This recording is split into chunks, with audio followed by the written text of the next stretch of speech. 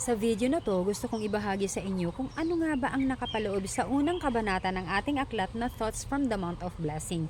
So, sisikapin ko na i-share sa inyo to in Tagalog or Filipino language, but yung mga kaibigan ko na hindi nakakaintindi nito, I'll make sure din nagagawa ako ng video in full English para din ma-share ko sa inyo kung ano nga ba yung good news na nakapaloob sa aklat na to. So, unang kabanata ay ang mga mapapalad. Ang aklat na ito ng Matthew 5:1 hanggang 12 ay may malalim na panimula. Okay. Sa bahaging ito, mayroon akong guide mga kapatid. Kung nakikita niyo ako nag-glance from dito kaliwat kanan, ay mayroon akong guide na research ko and i-share ko din siya sa inyo. So, sa bahaging ito, si Jesus ay hindi lang nagtuturo ng good behavior. Uulitin ko. Sa bahaging ito, si Jesus ay hindi lang nagtuturo ng good behavior. So ano nga ba to? So ipinapakita niya ang proseso ng pagbabago ng puso. Kasi yung change dito sa ating heart, hindi naman siya magic eh. Let's say, today suplada ako, tomorrow ang bait ko na. Hindi ata. Unless na lang kung planuhin mo na maging ganun yung character mo or for something fishy or something, may mga hidden agenda ka or something. Pero ang sinasabi niya, sa bahaging ito, si Jesus ay hindi lang nagtuturo ng good behavior, kundi ipinapakita niya kung ano yung proseso ng pagbabago ng puso. So, yung transformation ng ating character ay from the heart. Isang hakbang na paglalakbay mula sa pagkikilala sa sarili hanggang sa pagiging katulad niya. So it's a journey with Jesus and through the work of the Holy Spirit. Ang Beatitudes ay parang hagdan ng espiritual na pagbabago. So eto na tayo. So hindi tayo makakarating sa 6th floor kung hindi tayo maghahagdan. Pero pilosopo yung iba. May elevator naman, Sis Mavic, Sis Marie, Sis ano, ganyan. So may, ano na, maraming paraan. Pwede nga ako mag-roping, pwede yun. But then ito, yung proseso na sinasabi is step by step na inihalin tulad niya sa hagdan. So, ang sunod-sunod na pagbabago ng puso. So, ano nga ba yung mga hakbang na yon? So, ating isa-isahin mga kapatid kasi sobrang nakaka-inspire talaga. So, unang hakbang ay ang dukha sa espiritu. Blessed are the poor in spirit. So ano nga ba ang ibig sabihin nito? At ito yung pinaka-first na step sa lahat. So ang malalim na kahulugan, ito ang pagkawasak ng pride or ang pagmamataas. Inamin mong wala akong maipagmamalaki sa Diyos. So kahit nasabihin nila na, uy, ang galing mo naman sa ganitong ministry, ang galing mong magsalita, uy, ang galing-galing naman niya na mag-preach, ang galing niyang kumanta, ang galing naman niya sa music. Kumbaga, hindi dapat yon kakainin ng ating pride sa puso. Hindi dapat mapasok sa isip natin na, oh, ang galing ko daw, wow, sige, gagalingan ko pa. No, because sa mata ng Diyos, yung ating karunungan ay isang kamangmangan. So, dapat yung pride na yun, palitan natin na humble. Hindi through Jesus, dapat inaano natin na, praise the Lord, kasi si God yung nag-equip sa akin para magawa ko yung mga skills and talents na binigay niya sa akin. So, isipin natin lagi mga kapatid na wala tayong maipagmamalaki sa Diyos. So, hanggat puno ang sarili mo ng katuwiran, okay?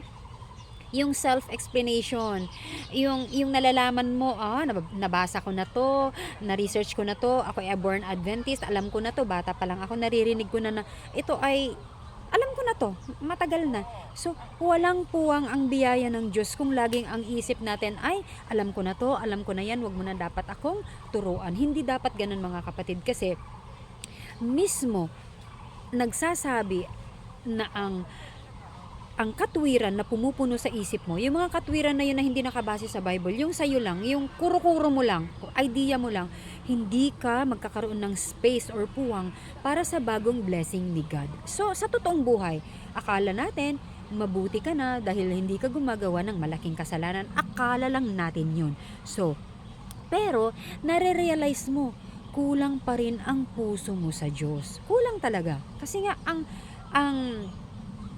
ang knowledge or ang intelligence ng tao, kahit yung AI na yan, kamangmangan sa mata ng Diyos. But then, part kasi ng prophecy na knowledge will increase. Nasa book of Daniel yun. So, dito nagsisimula ang tunay na conversion.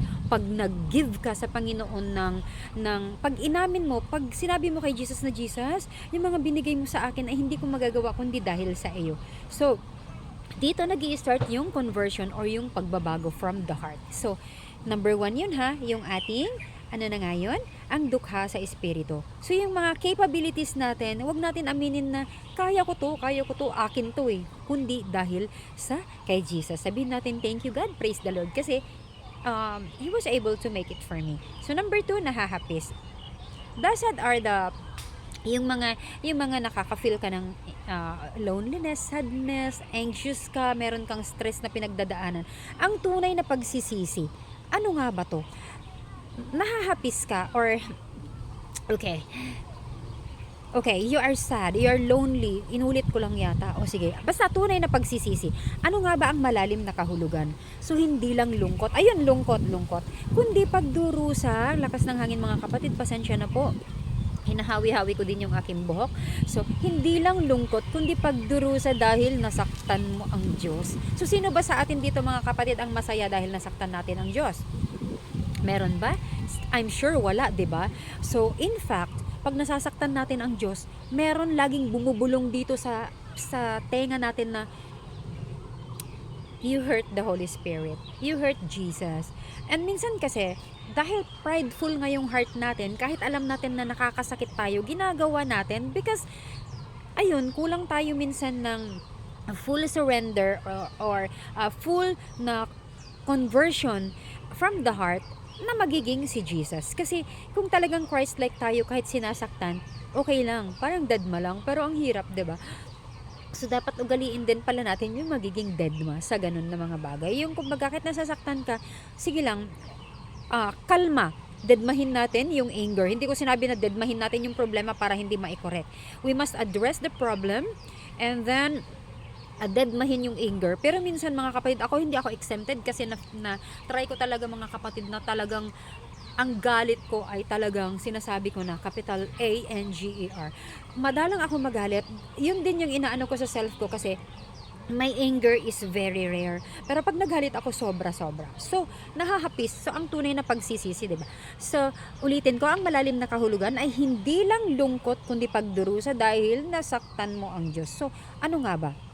So, may dalawang uri ng lungkot base dun sa na-research ko. Lungkot dahil, nahuli ka ba or something sa mga ginagawa mo? Kunwari, may ginawa kang mali, like, kinuha mo nandito tayo sa open na place mga kapatid, pasensya na kung may mga sounds tayo, part lang yan ng ating journey dito. So, dahil nahuli ka ba sa ginawa mo or nakasalanan, sugat nagalit ka dahil nahuli ka ng pulis ngayon, so nilagay ka sa bilangguan, so na imprison ka, na preso ka, and pinusasan ka, nagalit ka ngayon dahil nahuli ka ng otoridad, or lungkot dahil nagkasala ka sa Diyos.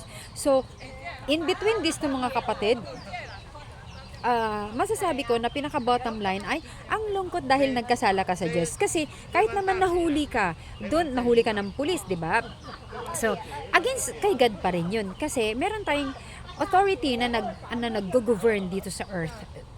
Meron si Jesus law sa kanyang heavenly government. Meron din tayong law na nagko-control sa atin dito sa earth. Kasi kung wala mga kapatid tayong law dito sa earth, di magkakarambola tayo kasi kung sino-sino na lang gumagawa ng kanya-kanyang batas. So real life, hindi ka mapalagay hanggat hindi ka humihingi ng tawad. Yun dapat yung impact niya sa sarili natin. Pag nagkamali tayo, ano nga ba dapat yung impact niya na ma-feel natin na mayroon tayong conversion from the heart. So hindi ka mapakali Parang kumbaga ang banas, paypay ka ng paypay. So in other words, pag nagkamali ka mga kapatid, hindi ka mapalagay hanggat hindi ka humihingi ng forgiveness kay God. At when you pray, this is the most important. Kasi kung sincere ka talaga sa prayer mo mga kapatid, alam mo kung ano mangyayari?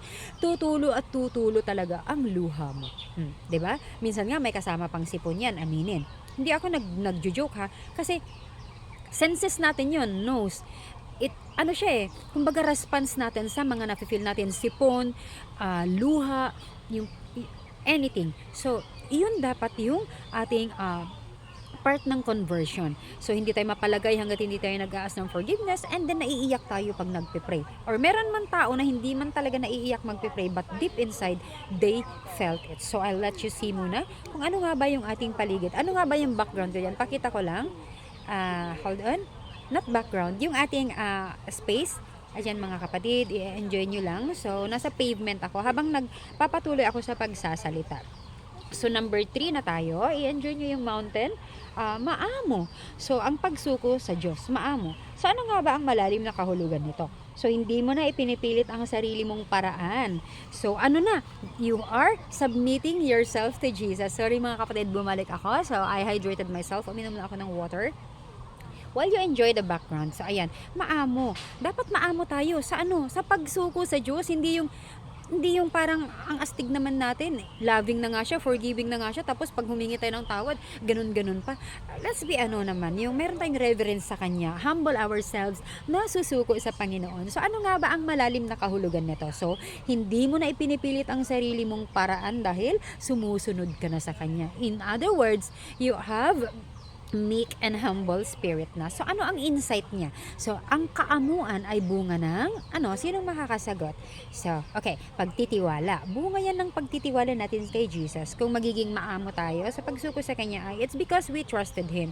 Pwede ka naman bang maging maamo sa something na hindi mo ipinagkakatiwalaan. At number 2 ay ang pagkontrol sa sarili. So, meron ka ng temperance. Minsan, ang hirap mga kapatid kasi even ako, kahit alas 12 na, alauna, sasabihin ko, hindi naman ako tabain. Sige lang, kain lang ng kain ng snacks, which is, hindi talaga siya maganda. Pero kasi, hindi ko din maintindihan yung sarili ko minsan mga kapatid. Please pray for me. Kasi, kakakain ko lang, di ba, ng hapunan. Full meal yun kasi kanin. And then, mafe-feel ko na naman na mapamaya-maya nagugutom ako. And then, I will tell to myself na sige lang kasi ang merienda ko naman Skyflakes. So, ako naman si Google, is Skyflakes ba healthy or not? Parang dinedepensahan ko yung sarili ko na sige lang okay yung ginagawa mo. Wala akong temperance sa pagkain kasi sabi ko, sabi nila stress eating to pero hindi kasi yung tiyan ko talagang gruk gruk gruk. Alam mo yun, so nagkakaroon siya talaga ng sound. Is this really hunger? So I tried water or talaga lang na fast yung metabolism ko. But then I thank God sa full healing kasi in other words, kung nakakaramdaman ako ng gutom na ganun, I'm alive and then God is letting me feel hunger then para ma-enjoy ko yung provisions niya. But then hindi naman ako kumakain ng mga sweets talaga na super duper sweets like every night. Kumakain ako pero siguro alternate ganyan pero pinipilit ko na mag whole foods ako. So yun. Meron tayong control sa ating sarili.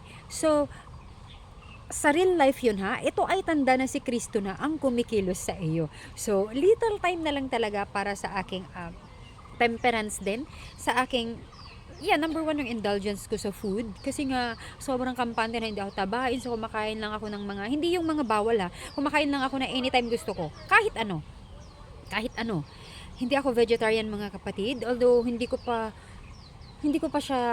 masasabing hindi ko kaya kasi wala namang imposible sa Panginoon kung i-pray natin but then kasi sa nature kasi ng ginagawa sobrang bilis ang daming ginagawa sobrang bilis kong magutom imagine in 2 weeks ang aking allowance sa Skyflakes, 2 din siya na paketa na yung hindi siya yung 10, 20 ata or 24 singles, yung isang pack na malaki, 1 week ko yon. Tapos another 24 naman sa second week. Ganun ako mag-snacks. And then meron pa akong in-betweens like pupunta ako ng 7-Eleven, kukuha ako ng mga nabati crackers, o pinremote ko no, nabati, baka naman pwede mo akong dyan.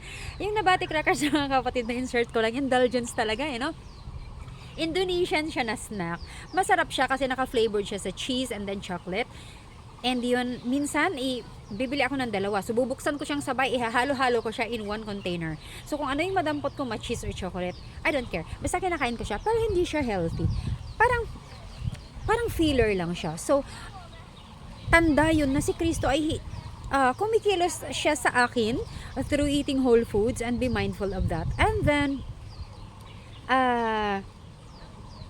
minsan lumilihis din ako. So Gutom at uhaw sa katuwiran. So, pagnanais kay Kristo, ano nga ba ang malalim na kahulugan nito? Hindi ka kontento sa sakto lang na relasyon sa Diyos. So, gusto mo talaga yung, eto na talaga, I am for Jesus. So, ang tunay na Kristiyano ay laging naghahanap ng mas malalim na relasyon sa Diyos. Thank you sa Christian family ko. And then, in real life, nagugustuhan mo na ang pagbabasa ng Biblia. Hindi yung parang nabibigatan ka pa, obligasyon yan, ganyan-ganyan. So, gusto mong magbago, hindi lang magmukhang mabuti.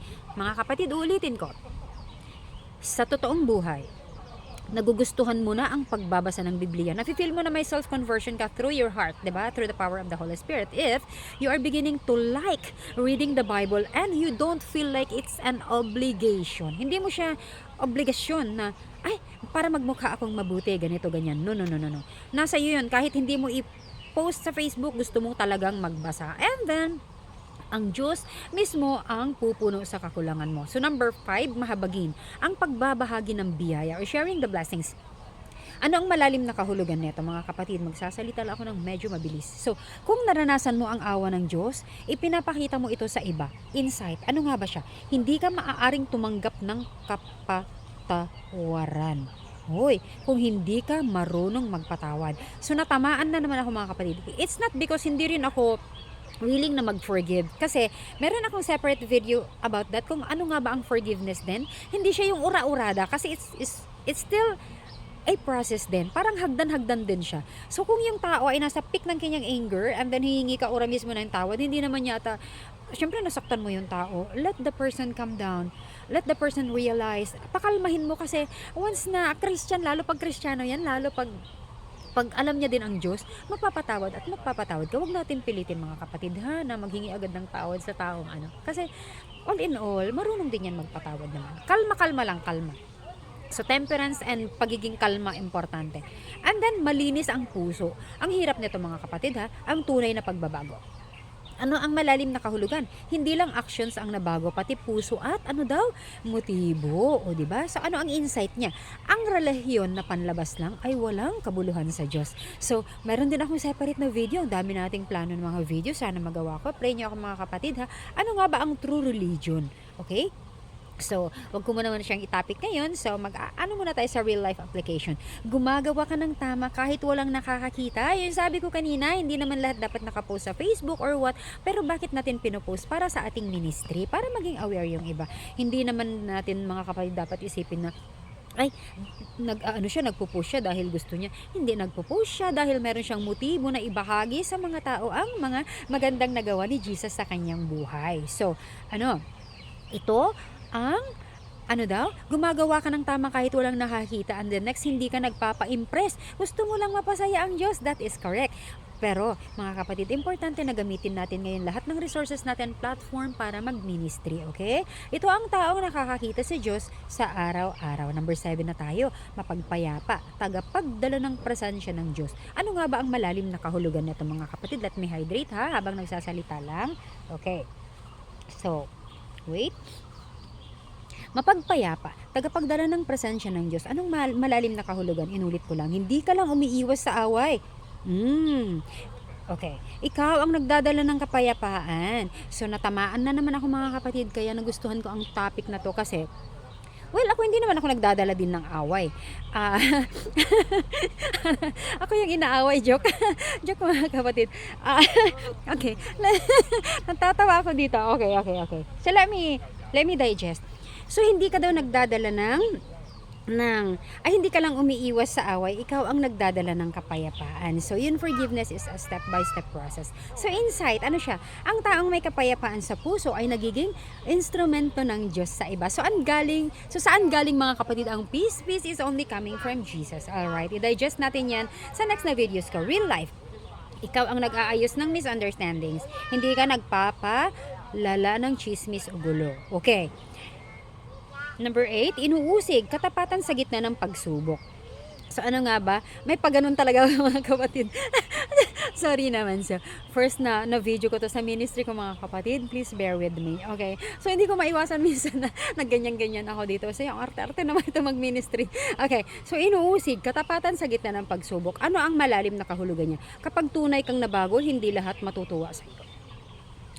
Totoo yan, kapag tunay kang nabago, hindi lahat matutuwa sa'yo kasi, uy, tara na, uy, eto may pagkain ng arte-arte naman ito, kumain ng baboy, ba't nga ba? Na-experience yung mga kapatid. Uy, grabe, tara mag-disco, bakit naman nakadress kang ganyan? Alam mong party yung pupuntahan natin. Okay, so, even book says it.